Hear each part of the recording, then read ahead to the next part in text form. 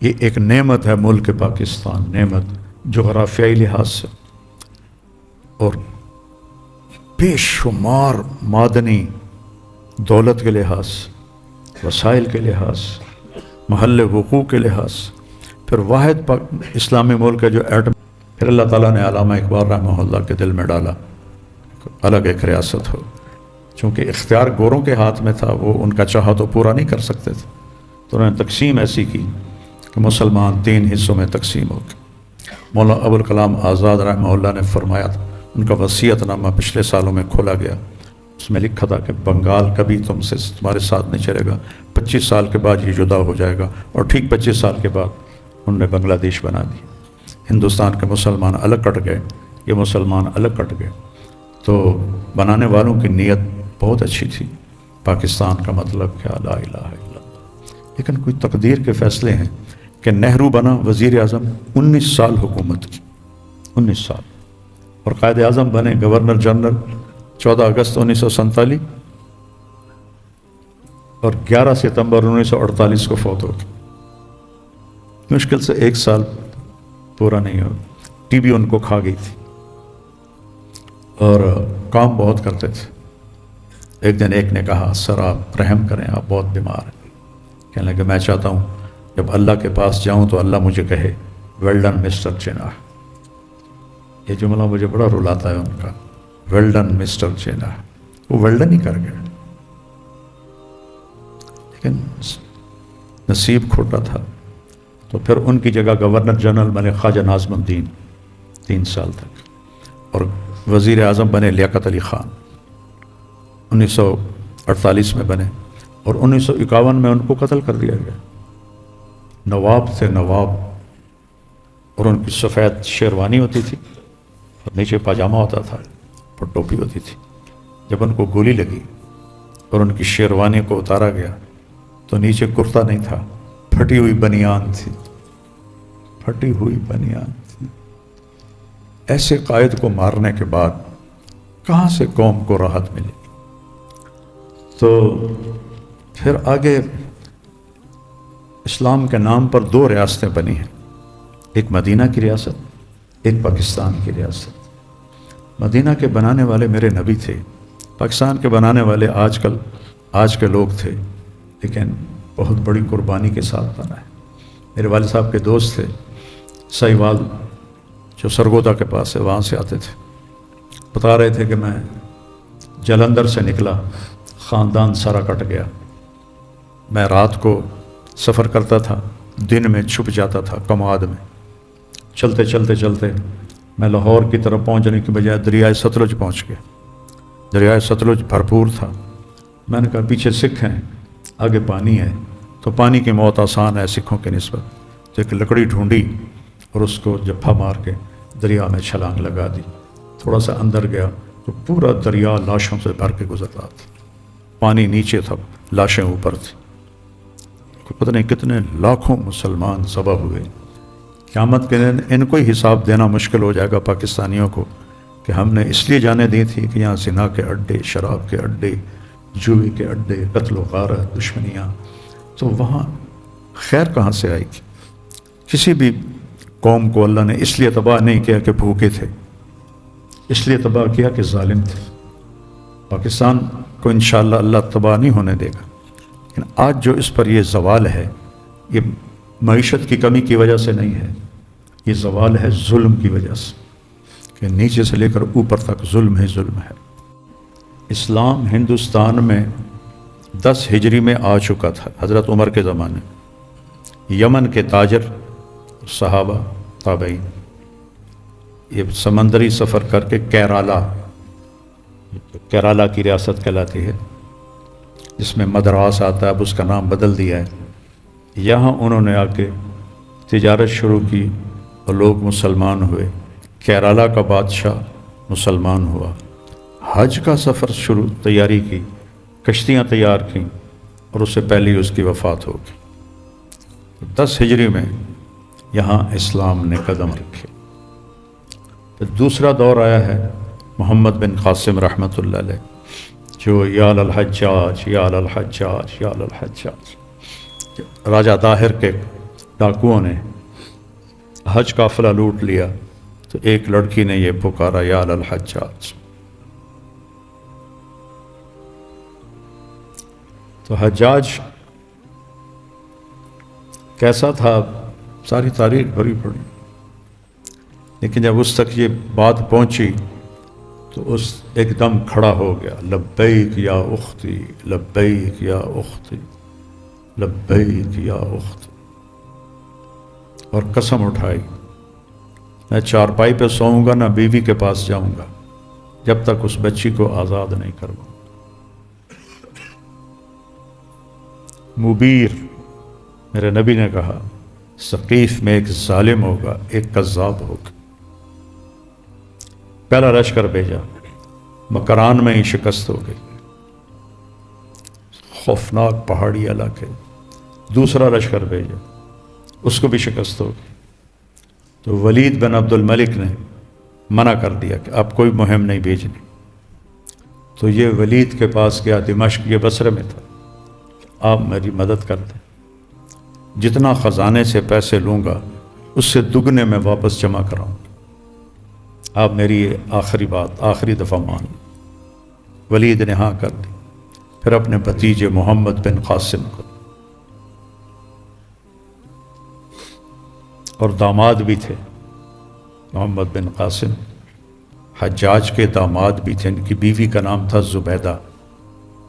17 سال کی عمر میں بھیجا اور مسلسل پیچھے ہدایات جاری کرتے رہے.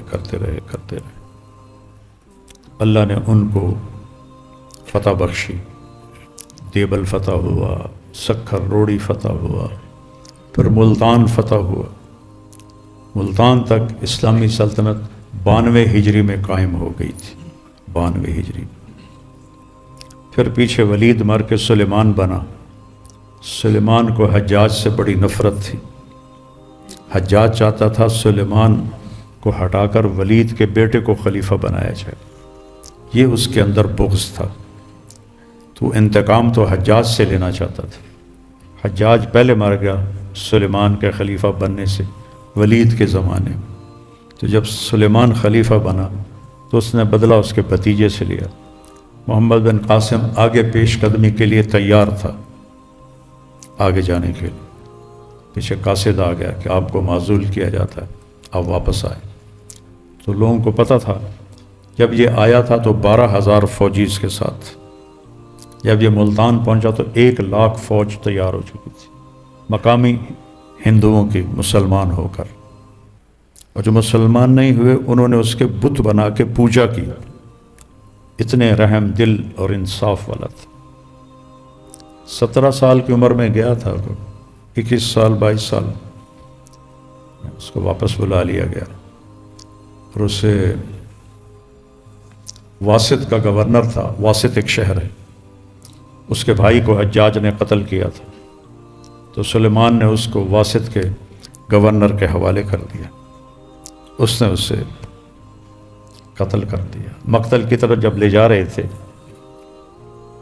تو وہ اس کی فوج نے کہا واپس نہ جاؤ، ہم لڑیں گے تیرے لیے، تمہیں قتل کریں گے. اس نے کہا محمد بن قاسم کی جان اتنی قیمتی نہیں ہے کہ جس پر امت میں توڑ پیدا ہو. اللہ. تو جب وہ مقتل کی طرف لے جا رہے تھے تو اس نے ایک شعر پڑھا، اضاعونی و ای فتن اضاعوا لیوم کریہۃ و صداد صغر. کیسے جوان کو ضائع کیا جو مشکل دنوں میں کام آتا تھا اور سرحدوں کی حفاظت کرتا تھا. تو سلیمان نے اسے قتل کروا دیا. جب سلیمان مرا اور اس کی لاش کو چارپائی سے اٹھا کے قبر میں اتارنے لگے تو اس کی لاش ہلنے لگی. تو اس کے بچوں نے کہا ہمارے ابا زندہ ہیں.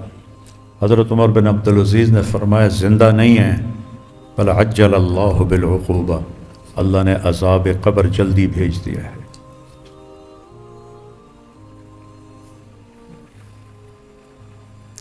پھر ہندوستان میں محمود غزنوی 1001 میں پشاور کے قریب جنگ ہوئی راجہ جے پال اور محمود چیپال کی فوج میں 300 ہاتھی تھے، پھر بھی شکست ہو گئی۔ آنند پال کا بیٹا تھا یہ۔ آنند پال کو سبکتگین نے شکستیں دیں جو محمود کا باپ تھا۔ یہ ایک غلام تھا اور سپاہی تھا۔ ایک دن شکار کے لیے گیا تو کہ ہرنی کا بچہ اس نے پکڑ لیا۔ اس کو پکڑ کے اس نے اپنے آگے ڈال لیا اور چل پڑا۔ پیچھے سے اس کو آہٹ سنائی دی۔ اس نے ایسے مڑ کے دیکھا تو بچے کی ماں پیچھے پیچھے آ رہی تھی۔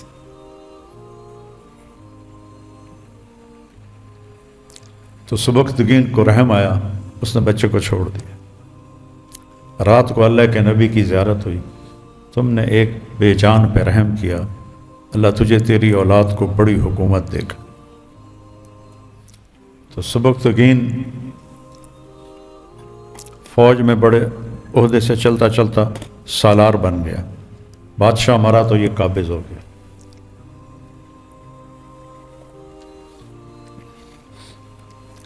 اس کا بیٹا پھر محمود بنا، جس کو سلطان کا لقب ملا اسلامی تاریخ میں پہلی دفعہ عباسی سلطنت کی طرف سے۔ تو اس نے 17 حملے کیے، آخری حملہ 1027 میں، پہلا حملہ 1001 میں۔ آخری حملہ اس کا سومنات پر تھا۔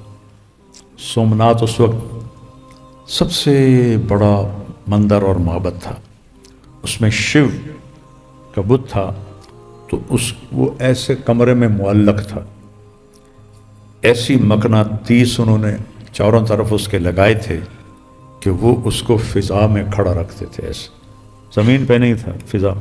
اسی کو دیکھ کر وہ سارے کہتے تھے یہی تو ہمارا بھگوان ہے۔ اور پھر سمندر کے کنارے تھا اور چاند کی مد و جزر سے پانی گھٹتا اور بڑھتا ہے۔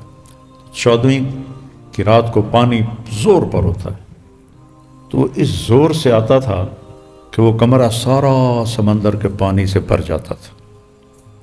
تو ہندوستان کے بڑے بڑے لوگ اپنی بیٹیاں وہاں، جیسے یہاں پادریوں کے یہاں ننز ہوتی ہیں جو شادی نہیں کرتی ہیں، ایسے لڑکیاں وہاں بھیجتے تھے جو وہاں دیوداسیاں ہوتی تھی اس کی خدمت کے لیے۔ پھر ان کے ساتھ جو وہاں کے ہوتے تھے پنڈت، وہ بھی شادی نہیں کرتے تھے، تو ان میں زنا عام تھا۔ پھر جو بڑا پنڈت پروہت اس کو کہتے تھے، ان ساریوں کو کا رقص کرواتا تھا، اس میں سے جو پسند آتی تھی وہ اس کی دیوداسی بن جاتی تھی، اور جب تک اس کا دل نہیں بھرتا تھا وہ سب کی شہزادی ہوتی تھی۔ جب دل بھر جاتا تھا تو رات کو کشتی میں بٹھا کے اس کے جو نوکر تھے وہ سمندر میں اس کو ڈبو کے آ جاتے تھے، اور اگلے دن اعلان ہوتا تھا کہ فلاں دیوداسی بھگوان کے چرنوں میں چلی گئی۔ اور بعض اوقات ایک ہی رات میں وہ اس کو اچھی نہیں لگتی تھی تو اگلی رات ہی اس کو مروا دیتا تھا سمندر میں ڈال کے۔ تو اس طرح کا وہ حال تھا اس کا۔ تو محمود نے اس سے فتح کیا، تو اس کے پنڈتوں نے کہا کہ یہ بت نہ توڑو، جتنا سونا چاندی لینا ہے لے لو۔ تو وہ سوچ میں پڑ گیا۔ رات کو خواب میں دیکھا آواز آ رہی ہے، محمود بت فروش کدھر ہے؟ محمود بت فروش کدھر ہے؟ صبح اٹھتے اس نے اپنا کلہاڑا اٹھایا۔ محمود کی تلوار کو عام آدمی نہیں اٹھا سکتے تھے، اتنی وزنی ہوتی تھی، تو نے ایک ہی کلہاڑے سے اس کے 2 ٹکڑے کر دیے، اور اس میں سے اتنا زیورات ہیرے نکلے جتنے وہ پنڈت پیش کر رہے تھے اس سے ہزاروں گنا زیادہ تھا۔ پھر اس کے ٹکڑے کر کے اس نے مدینہ منورہ بھیجے، اور مدینہ منورہ مسجد نبوی کی سیڑھیوں پر وہ اس کے بت کے ٹکڑے لگائے گئے، اور غزنی بھی لے گیا۔ تو لیکن اس نے حکومت قائم نہیں کی، اور مطلب سمجھ میں نہیں آتی، دعوت کا سلسلہ بھی نہیں بنایا۔ واپسی پر وہ سندھ کے راستے سے ملتان کے قریب سے گزرا تو یہاں قرامطہ کی حکومت تھی۔ حسین بن قرمط کہتے ہیں ٹیڑھی پنڈلی والا، یہ اسماعیلی شیعہ تھے، تو ان میں سے ان کا ایک یہ سردار بنا، ان کا امام بنا۔ اس نے ساری نمازیں ختم، شراب حلال، مسلمان کو قتل کرنا حلال اور سور حلال اور اس طرح کا، اس کرامتہ نے وہ تباہی مچائی ہے جس کی کوئی حد کوئی نہیں۔ انہوں نے اسے بڑا تنگ کیا، تو اس وقت وہ چلا گیا۔ پھر آخری حملہ اس نے ملتان پہ کیا 17واں، اس میں تلمبے اس نے پڑاؤ ڈالا اور کچھ نہیں کہا، سب ملتان پہ جا کے کرامتہ کو، وہ تو مسلمان ہی نہیں تھے۔ پھر 1191 میں شہاب الدین غوری نے پرتھوی راج پہ حملہ کیا اس کو دعوت دینے کے لیے، اس میں اس کو شکست ہو گئی اور بہت بری طرح زخمی ہوا، اور ایک غلام نے اس کو پیچھے سے پکڑ کے باہر نکالا، تو لشکر اس کا بھاگ گیا۔ تو اس نے پھر 1 سال تیاری کی اور 1192 میں دوبارہ پرتھوی راج پہ حملہ کیا اور اس کو شکست ہوئی، اور پھر پرتھوی راج جو تھا وہ گرفتار ہوا اور اس نے اسے اسلام کی دعوت دی، اس نے قبول نہیں کی، اسے قتل کر دیا۔ تو سب سے پہلی اسلامی حکومت جو قائم ہوئی وہ شہاب الدین غوری نے کی۔ شہاب الدین غوری آئے ہیں غزنویوں کے بعد۔ اس کے بڑے بھائی کا نام تھا علاء الدین جہاں سوز، دنیا کو آگ لگانے والا۔ اس کمبخت نے غزنویوں سے بدلہ لینے کے لیے، اس وقت غزنی سلطنت محمود کے بیٹے تھے مودود مسعود، وہ آپس میں لڑ لڑ لڑ لڑ کمزور ہو گئے تھے، تو اس نے غزنی پہ حملہ کیا اور پورے غزنی کو آگ لگا دی، سب بشر جانور جلا کے رکھ دی۔ تو اس کا بھائی تھا شہاب الدین غوری، یہ اس سے بالکل الٹ تھا، تو اس نے یہاں آ کے باقاعدہ حکومت قائم کی۔ اس کی اپنی اولاد نہیں تھی، تو اس نے اپنے ایک غلام کو قطب الدین ایبک کو 1260 میں لاہور کا حکمران بنایا۔ تو اس نے ایک گورنر التمش دلی میں بنایا اور ایک گورنر ناصر الدین قباچہ اس کو ملتان میں بنایا، اور قطب الدین نے ایک بیٹی شمس الدین کو دے دی اور دوسری بیٹی ناصر الدین قباچہ کو دے دی۔ قطب الدین بہت زبردست بادشاہ تھا، زندگی اتنی تھی، 4 سال حکومت کی، تو یہ گھوڑوں پہ کھیل ہوتا نا جو بھی ادھر پولو، وہاں یہ ہنزا، یہ کیا اس کو کہتے ہیں، چترال کی طرف کھیلا جاتا ہے، تو وہ پولو کھیلتے ہوئے گھوڑے سے گرا اور مر گیا۔ میں جب لاہور پڑھتا تھا تو اس کی قبر انارکلی کے بازار کے پیچھے ایک گلی تھی، وہاں سے کبھی گزر ہوتا تھا تو پورے محلے کا کوڑا کرکٹ اس کی قبر پہ پھینکا جاتا تھا۔ کو تھوڑی بہت تاریخ پڑھی تھی تو بڑا دکھ ہوتا تھا۔ پھر اللہ ضیاء الحق کی بخشش کرے، اس نے وہ سارا محلہ گرا دیا اور اس کا بڑا خوبصورت وہاں اس نے مقبرہ تیار کیا ہے۔ تو ناصر الدین بے وقوف تھا، وہ التمش سے لڑائیوں میں پھنس گیا، تو ہر جگہ اسے شکست ہوئی۔ اس کو خاندان غلامہ کہتے ہیں کہ پہلے قطب الدین ایبک، پھر شمس الدین التمش کے سامنے 20 غلاموں کی ٹکڑی آئی فروخت ہونے، تو اس نے 19 خرید لیے، 20واں چھوڑ دیا۔ وہ ذرا شکل کا اچھا نہیں تھا، قد بھی چھوٹا تھا، تو اس نے پوچھا ان کو کیوں خریدا ہے؟ کہنے لگا اپنے لیے۔ کہ مجھے اللہ کے لیے لے لو، خرید لو۔ تو یہ جواب اس کو پسند آیا، اس نے اس کو خرید لیا۔ تو التمش کے بعد حکومت اس کے بیٹے ناصر الدین، وہ بھی التمش کے تقوی کا حال سنو۔ جب قطب الدین بختیار کاکی رحمۃ اللہ تعالیٰ کا انتقال ہوا تو ان کے جنازے پر ان کے خادم نے وصیت سنائی کہ حضرت کا فرمان تھا میرا جنازہ وہ پڑھائے جس کی تہجد کبھی قضا نہ ہوئی ہو، جس کی عصر کی 4 رکعات کبھی قضا نہ ہوئی ہو سنت غیر مقطع، اور جس کی تکبیر اولیٰ کبھی قضا نہ ہوئی ہو، وہ میرا جنازہ پڑھائے۔ سورا دلی شہر کھڑا ہوا، کوئی بھی اس شرط پہ پورا نہیں۔ کافی دیر کے بعد ایک شخص منہ لپیٹے ہوئے روتا ہوا باہر نکلا کہ واہ میرے شیخ، جاتے جاتے میرا راز بھی فاش کر دیا۔ تو وہ کون تھا؟ شمس الدین التمش بادشاہ، جو ان شرطوں پہ پورا اترا کہ نہ تکبیر اولیٰ فوت، نہ عصر کی رکعتیں 4 فوت، نہ تہجد فوت، اس نے جنازہ پڑھایا۔ اتنا وہ نیک بادشاہ تھا۔ اس کی اولاد اتنی سمجھدار نہ نکلی۔ رضیہ سلطانہ ایک بہت مدبر اس کی بیٹی تھی، اس نے بٹھنڈا کے حاکم التونیہ سے شادی کی، جس سے ترک سرداروں میں بغاوت ہو گئی اور انہوں نے جنگ کی، اس میں التونیہ قتل ہو گیا، رضیہ بھاگ گئی۔ ایک گاؤں میں ایک درخت کے نیچے لیٹی ہوئی تھی، وہ دیہاتی آیا، اس کے زیور دیکھے، اس کو پتہ نہیں ہے کون ہے، اس نے اسے قتل کر کے اس کے زیور چھین کے ڈال لیے۔ پھر بہت بعد اس کا بھائی دوبارہ حکمران بنا، تو اس نے پھر اس کی لاش کو نکال کے دلی میں آ کے دفن کیا۔ تو یہ خاندان غلامہ نے 84 سال حکومت کی۔ اس کے بعد خلجی، یہ ترک تھے لیکن نسلی ترک نہیں تھے، تو ان سے باقی ترک نفرت کرتے تھے، لیکن جلال الدین بڑا زوردار سردار تھا، اس نے پھر اس کی اولاد سے، التمش کی اولاد سے حکومت چھینی اور 7 سال حکومت کی، تو اس کے بھتیجے علاؤالدین نے اسے قتل کر دیا۔ پھر علاؤالدین نے 35 برس حکومت کی اور کمال کر دیا۔ یہ جو کوہ نور ہیرا آپ سنتے ہیں نا، یہ علاؤالدین کو مال غنیمت میں ملا جب اس نے حیدرآباد کی ریاستی دیوگری اسے فتح کیا اور اس کے خزانے کا دروازہ کھولا، تو سامنے ہیرے جواہرات تھے، اس میں ایک ہیرا پڑا تھا، وہ اتنا بڑا تھا کہ اس کے منہ سے نکلا کوہ نور، یہ تو نور کا پہاڑ ہے، وہاں سے اس کا نام کوہ نور بنا۔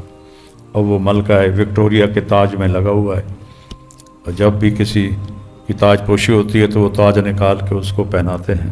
3 ٹکڑے کر دیے، ایک ٹکڑا صلیب میں لگایا، باقی 3 ایسے نیچے پڑے ہوئے تھے، تو اس کی وہ جو عظمت تھی وہ ساری ختم ہو گئی۔ پھر خلجیوں میں خسرو ایک غلام تھا ہندو، لیکن مسلمان بن کے اس نے حکومت پہ قبضہ کر لیا۔ تو پھر اللہ نے تغلق، یہ بھی ترک تھے، تو علاؤالدین تغلق نے حکومت خلجیوں سے چھینی۔ تغلق کے دور میں 1399 میں وہ خبیث، مجھے ایک ہی آدمی سے بغض ہے، وہ ہے امیر تیمور۔ 5 فٹ 4 انچ اس کا قد تھا اور دونوں ہاتھوں سے لڑتا تھا، ایک ہاتھ میں کلہاڑا ہوتا تھا، ایک ہاتھ میں تلوار ہوتی تھی، اور 33 سال میں کبھی شکست نہیں کھائی، اور اس طرح قتل عام کرتا تھا جیسے کہ کتے مارے جائیں، اور سارا مسلمانوں پر اس نے ظلم کیا۔ تو خبیث آدمی تو کسی کافروں سے جہاد کر۔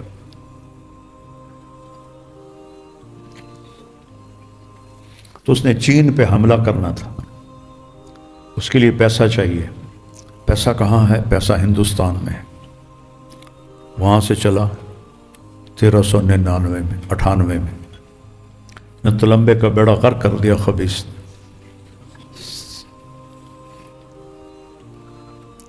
بہت یہاں قتل عام کیا۔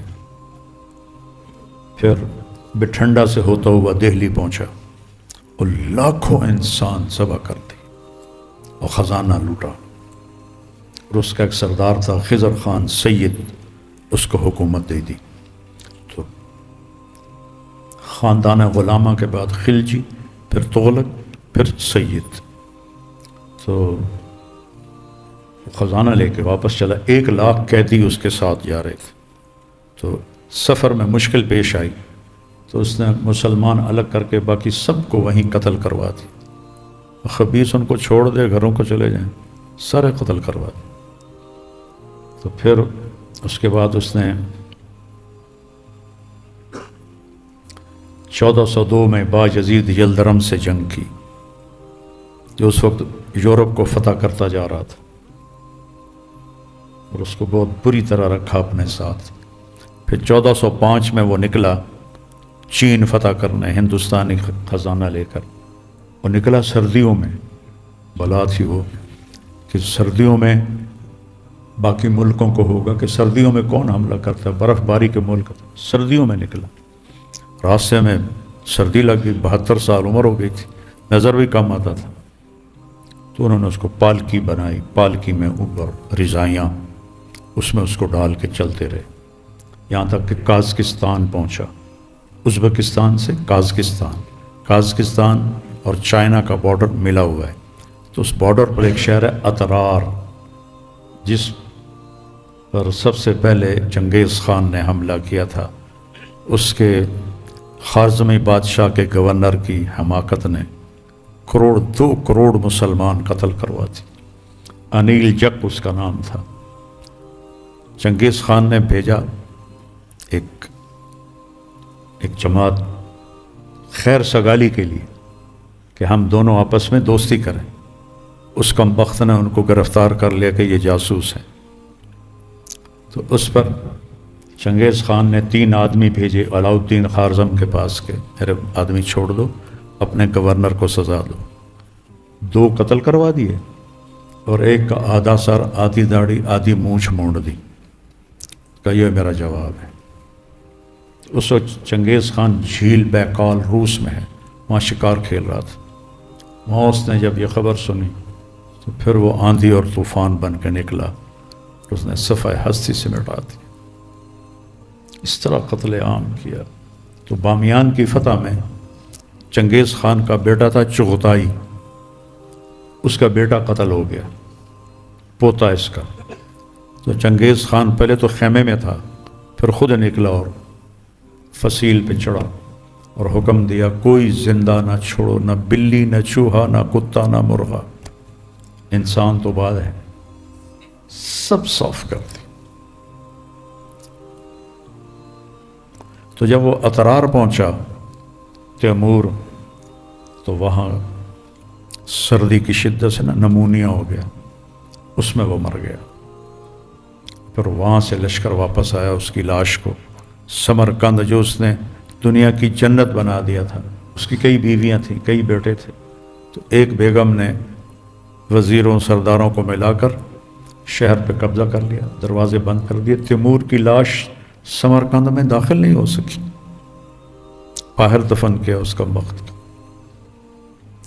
یہ روسیوں نے اس کا ڈھانچہ نکالا تھا ایک دفعہ، وہ میں نے فوٹو دیکھی، ایڈا سارا دا قد ایک نامراد کا مہینے دا، ایک ٹانگ چھوٹی آئی، ایک لمبی آئی۔ تاشقند کی فتح میں اس کو تیر لگا، جس سے وہ لنگڑا ہو گیا، اور پھر جنگوں میں ہاتھ بھی ضائع ہو گیا۔ جب اس نے حملہ کیا بایزید پر، تو اس کے آنے سے پہلے ایک شہر اس نے فتح کیا، تو 5000 سپاہیوں کو زندہ دفن کروا دیا، زندہ دفن کروا دیا۔ سادات سے پھر جو آخری تھے ان کے حکمران، انہوں نے خود ہی حکومت بہلول لودھی کو دے دی، تو پٹھانوں میں حکومت چلی گئی پہلی دفعہ ہندوستان۔ بہلول کا بیٹا تھا سکندر، بہت نیک، بہت قابل، بڑی خوبصورت حکومت کی۔ سکندر کے زمانے میں 1498 میں واسکو ڈی گاما پرتگال سے آیا، اس نے کیرالا میں اپنے چھاونیاں قائم کی۔ وہ کچھ درندے تھے خبیث، نہ ایمان تھا نہ انسانیت تھی۔ راستے میں چونکہ بحری طاقت ان کے پاس تھی، ہمارے بادشاہ بیوقوف بنے رہے، انہوں نے بحری طاقت بنائی کوئی نہیں، تو وہ بہت قتل عام، اس راستے میں حاجیوں کے بحری جہاز اس نے لوٹے، ان کو قتل کیا، ایک بھی زندہ نہ چھوڑا۔ پھر وہ واسکو ڈی گاما وائسرائے بن کے آیا تو یہیں مر گیا۔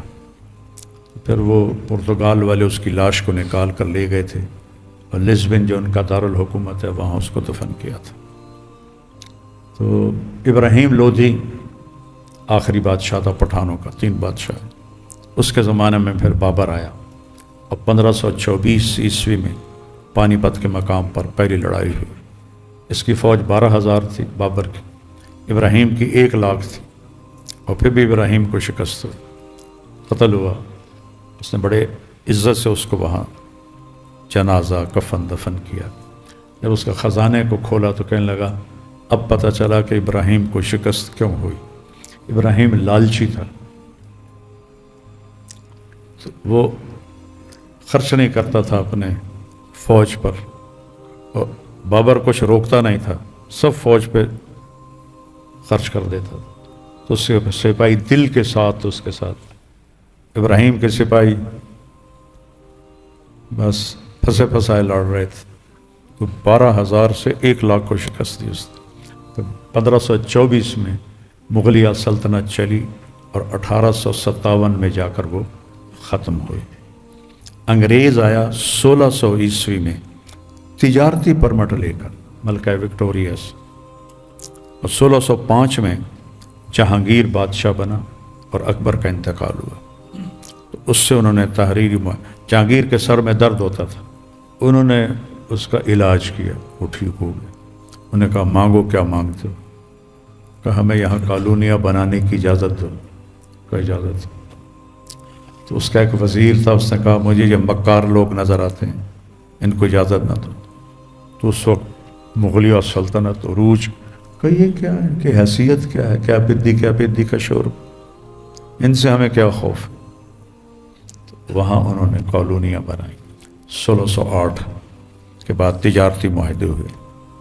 تو پھر انہوں نے مغلیہ سلطنت 1706 میں اورنگزیب عالمگیر کا انتقال ہو گیا، ایک دم مغلیہ سلطنت تباہ ہو گئی۔ اورنگزیب عالمگیر رحمۃ اللہ علیہ، بڑے ولی اللہ، بہت نیک بادشاہ، ایک سیاسی غلطی ہوئی، انہوں نے دلی کو چھوڑ کے دکن چلے گئے۔ 2 ریاستیں تھیں شیعہ، ایک بیجاپور ایک گولکنڈہ، انہیں فتح کرنا تھا، اور مراٹھے وہاں بہت طاقت پکڑ گئے تھے، جن کو اب مرہٹے کہتے ہیں، مراٹھے، ان کو مٹانے کے لیے خود چلا گیا، چھوڑ دیا، پایا تخت چھوڑ دی، 20 سال غیر حاضر رہا، وہیں موت آئی، وہیں اس کی قبر بنی۔ ٹوپیاں سی کے گزارا کرتا تھا، قرآن لکھ کے بیچ کے اس کا گزارا کرتا تھا۔ جب موت آئی تو اس کے پاس ٹوٹل 11 روپے تھے، کہ یہ میری ذاتی دولت ہے، اسی میں میرا کفن، قبر، دفن اسی میں کیا جائے۔ تو 11 روپے میں شہنشاہ ہند کی تجہیز و تکفین کا سامان ہو۔ اس سے بڑی سلطنت کوئی نہیں بنا سکتا، یا پھر انگریزوں نے بنائی۔ تو اس کے بننے کے بعد جب ایک دم زوال آیا تو چھوٹی چھوٹی ریاستیں بن گئیں، اور ان کے نوابان اکثر عیاش، مسلم ہندو سب برابر تھے۔ تو انہیں پھر بنگال پہ قبضہ کرنے کا موقع ملا۔ سراج الدولہ کو شکست ہوئی میر جعفر کی غداری سے، ٹیپو کو شکست ہوئی میر صادق کی غداری سے۔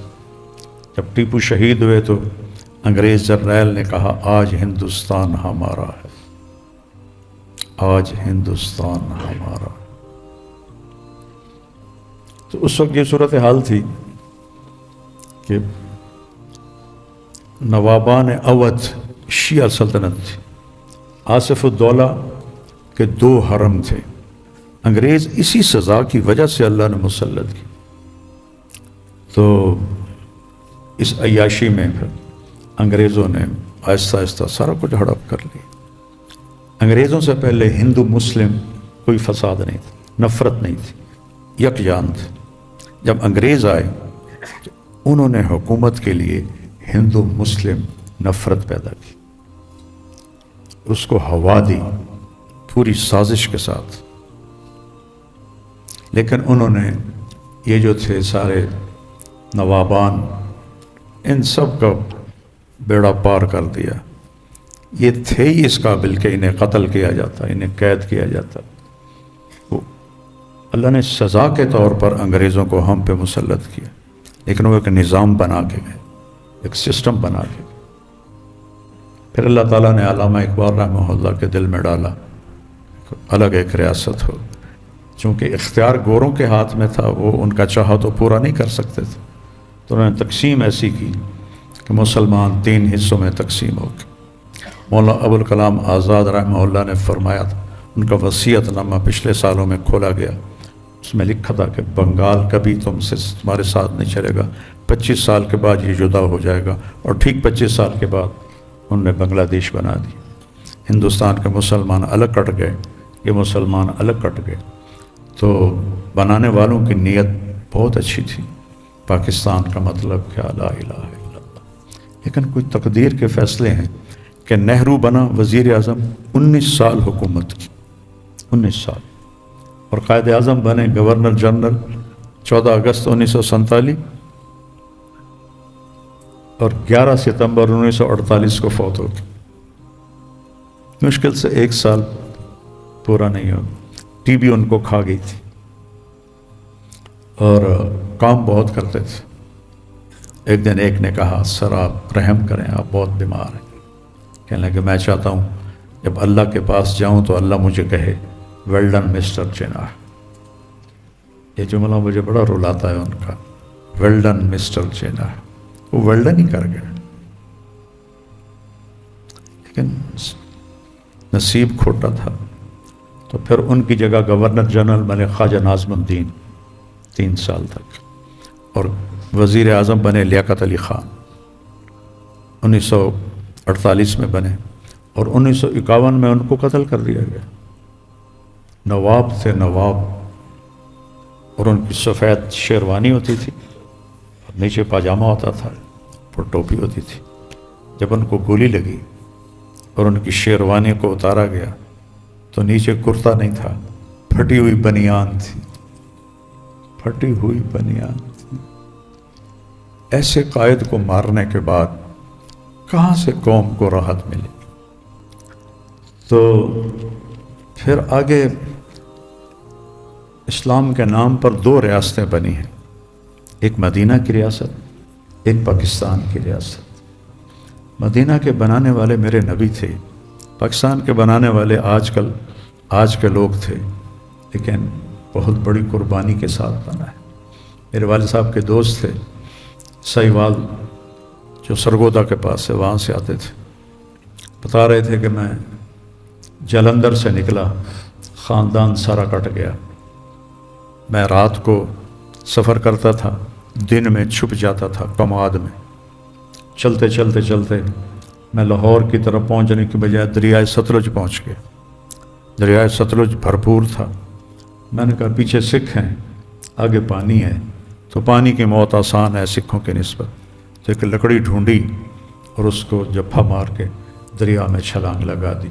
تھوڑا سا اندر گیا تو پورا دریا لاشوں سے بھر کے گزر رہا تھا، پانی نیچے تھا، لاشیں اوپر تھیں، پتہ نہیں کتنے لاکھوں مسلمان ذبح ہوئے۔ قیامت کے دن ان کو ہی حساب دینا مشکل ہو جائے گا پاکستانیوں کو، کہ ہم نے اس لیے جانیں دی تھی کہ یہاں زنا کے اڈے، شراب کے اڈے، جوئے کے اڈے، قتل و غارت، دشمنیاں، تو وہاں خیر کہاں سے آئے گی؟ کسی بھی قوم کو اللہ نے اس لیے تباہ نہیں کیا کہ بھوکے تھے، اس لیے تباہ کیا کہ ظالم تھے۔ پاکستان کو انشاءاللہ اللہ تباہ نہیں ہونے دے گا، لیکن آج جو اس پر یہ زوال ہے، یہ معیشت کی کمی کی وجہ سے نہیں ہے، یہ زوال ہے ظلم کی وجہ سے، کہ نیچے سے لے کر اوپر تک ظلم ہی ظلم ہے۔ یہ ایک نعمت ہے ملک پاکستان، نعمت جغرافیائی لحاظ سے اور بے شمار معدنی دولت کے لحاظ، وسائل کے لحاظ، محل حقوق کے لحاظ، پھر واحد اسلامی ملک ہے جو ایٹمی طاقت بنا۔ اتنے غربت میں اللہ ذوالفقار علی بھٹو کی قبر ٹھنڈی کرے، تو ہینری کیسنجر، یہ نکسن کے زمانے میں وزیر خارجہ تھا، وہ آیا، بھٹو سے کہا کہ یہ یہیں رول بیک کر دو۔ انہوں نے کہا میں کوئی تمہاری ڈکٹیشن لینے والا ہوں، میں نہیں کرتا۔ انہوں نے کہا ہم تمہیں عبرت کا نشان بنا دیں گے، اس کو دھمکی دے کر گیا، ہم تمہیں عبرت کا نشان بنا دیں۔ تو باقی اس کی تقدیر تھی، وہ پھانسی چڑھ گیا، چلو اپنے سارے گناہ معاف کروا گیا۔ بہت زبردست لیڈر تھا۔ تو میں تو اسکول پڑھتا تھا جب وہ ہمارا وزیر اعظم تھا، اور ایک پیسے کی خیانت نہیں کی کبھی، اور اس نے ایٹمی پلانٹ کی بنیاد رکھی، اور ضیاء الحق رحمۃ اللہ علیہ نے اس کو مکمل کیا۔ تو اتنے غربت کے وسائل میں پاکستان ایٹمی طاقت، ساری دنیا کے کافر اس پر ٹوٹے ہوئے ہیں کہ ان کو مضبوط نہیں ہونے دینا، ہماری حکومتیں توڑی جاتی ہیں۔ تو اتنی بڑی خیانت اور ظلم، ہم زندہ ہیں، یہی بہت بڑی اللہ کی نعمت۔ اور پھر گھروں میں جو ماں باپ کی نافرمانی ہو رہی ہے، ماں باپ کو ذلیل کیا جا رہا ہے، یہ تھوڑا جرم ہے؟ کب قیامت آئے گی یا رسول اللہ؟ کہ جب ماؤں کو بیٹیاں ذلیل کریں گی تو قیامت آ جائے گی۔ آج کل کی پڑھی لکھی بچیاں، جن کو پڑھا لکھا کہتے ہیں، ماؤں کے ساتھ کیا سلوک ہے ان کا؟ پھر گھر میں خامند بیوی کے ساتھ کیا کر رہا ہے، بیوی خامند کے ساتھ کیا کر رہا ہے، بھائی بھائی کے ساتھ کیا کر رہا ہے۔ تو 25 کروڑ مل کر ایک ایسی فضا قائم کی ہے کہ اوپر والا حالات بننے کا فیصلہ نہیں کر رہا۔ اس لیے آج دعوت کے میدان میں پھرنا فرض ہے۔ یہ مدرسے اور تم چند لڑکے بیٹھے ہو، بس تصوف میں چند مرید بیٹھے ہیں، بس تبلیغ ایک ایسا کام ہے کہ لوگوں کو پیچھے پھر کے اسلام پہ لاؤ۔ تو اللہ نے بہت خوبصورت خطہ دیا ہے، چاروں موسم ایک ہی وقت میں ہوتے۔ یورپ میں چلے جاؤ، یا سردی ہے یا بہار، لیکن یہاں ایک ہی وقت میں ابھی چلے جاؤ ناران، رضائی لینی پڑے گی، اور دسمبر میں سبی چلے جاؤ تو پنکھے چلانے پڑیں۔ گرمی بھی ہے، سردی بھی ہے، بہار بھی ہے، خزاں بھی ہے۔ زمین اتنی عالی شان ہے، میں تو ذمہ دار ہوں، سونا اگلتی ہے۔ اپنے آپ کو دیکھو، تم طالب علم ہو کر جھوٹ نہیں چھوڑ سکتے ہو تو میں بازار والے سے کیسے توقع رکھوں؟ غیبت نہیں چھوڑتے ہو، بغض نہیں چھوڑتے ہو، اور جو اخلاقی تباہیاں آئی ہوئی ہیں مکاتب میں، مدارس میں۔ ایک دفعہ موسیٰ علیہ السلام نے پوچھا، یا اللہ، فرعون تو خدائی کا دعویٰ کرتا تھا، تو نے اس کو اتنی لمبی حکومت کیوں دی؟ فرمایا عدل کرتا تھا اپنی رعایا میں۔ جب وہ موسیٰ علیہ السلام کی پیش گوئی سنے تو پھر وہ ظالم بنا، ورنہ رعایا میں عدل کرتا تھا۔ عدل تو خدائی کے دعوے کرنے والوں کو بھی اتنی مہلت دے دیتا ہے۔ تو بیٹا شکر بھی کرو کہ اللہ نے ہمیں ایک بہت قیمتی خطہ عطا فرمایا، اور آنسو بھی بہاؤ کہ ہمارے ہی ہاتھوں سے یہ تباہ ہو رہا ہے۔ ہمارے تلمبے میں ایک حادثہ ہوا ہے، ایک ساتھی کے 2 بچے، ایک ڈاکٹر بن گیا تھا، ایک انجینئر، ملتان جا رہے تھے، گاڑی خود ڈرائیو کر رہے تھے، ان کی بہن بھی ساتھ تھی۔ تو ایک موڑ پر گاڑی بے قابو ہوئی، درخت سے ٹکر ہوئی، دونوں موقع پہ مر گئے، بچی بچ گئی۔ موٹر سائیکل آ رہا تھا، انہوں نے موٹر سائیکل روکا، اندر دیکھا، جلدی سے ان کی گھڑیاں اتاری، ان کے موبائل نکالے، ان کے بٹوے نکالے، اور وہ بہن دیکھ رہی ہے چھپ کر کہیں مجھے بھی نہ مار دیں، وہ سب کچھ جمع کر کے اور بھاگ گئے۔ یہ تو اخلاقی پستی کا حال ہے۔ 2005 میں جو زلزلہ آیا تھا، یہ حال ہوا تھا۔ ایک اسکوٹر والا آ رہا تھا، اس کی بس سے ٹکر ہو گئی، وہ مر گیا۔ جب انہوں نے وہ اسکوٹر میں ڈگی سی ہوتی، ڈگی کھولی تو ایک انسانی عورت کا ہاتھ اتنا، اس میں چوڑیاں زیور تھے، وہ کاٹ کے اس میں اسکوٹر میں ڈال کے لے جا رہا تھا۔ شیطان نے کہا تھا نا، کہے گا فلا تلومونی ولوموا انفسکم، تو حکمرانوں کو گالیاں نہ دو، اپنے آپ کو برا بھلا کہو۔ غم آرزو کا حسرت، غم آرزو کا حسرت، حسرت موہانی شاعر ہے۔ سبب اور کیا بتاؤں، جو مجھے دکھ لگا ہوا ہے، اس کا سبب کیا بتاؤں؟ سبب یہ ہے میرے شوق کی بلندی، میری ہمتوں کی پستی۔ شوق میرے بلند ہیں، ہمت میری پست ہے۔ تو بیٹو شکر کرو، باقی خوشی منانے کا کوئی دن نہیں ہے، رونے کا دن ہے۔ 27 رمضان پاکستان کا وجود آیا، 27 رمضان۔